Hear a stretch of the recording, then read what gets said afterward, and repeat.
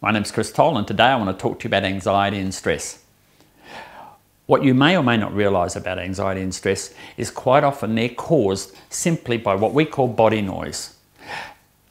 When you load up the body for various things, for example, let's say you're in the workplace and you've got a male that you're having to mop up after, you'll load up on your right shoulder because you're carrying the burden or shouldering the burden of that person and you're having to mop up after them. If it's a female, it'll be on your left side. So if that goes on for a long enough period, that body noise can get so loud that you can barely think because you're running subroutines in your brain to shut that noise out.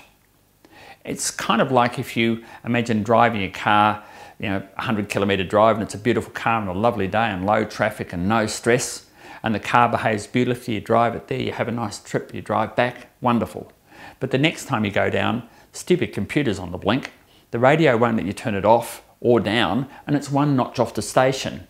Well, by the time you get back from that trip, you want to strangle somebody. The same thing happens with anxiety and stress. And if you continue with that state, there's a muscle in your body called psoas. It's deep within the body here, and it can get tight and it can pull on your adrenals right down here in the lower back and cause you to have adrenal stress or adrenal fatigue.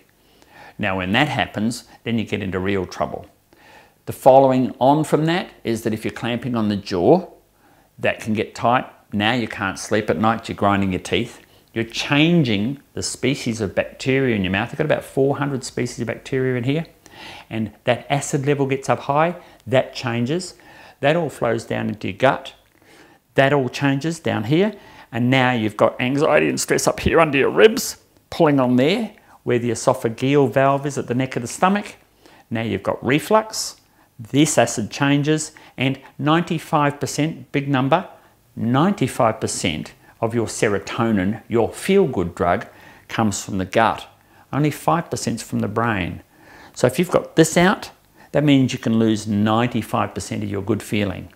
So it's well worth getting a decent massage to find where all those tension points are, get them undone, and get yourself back into a state where you're no longer stressed.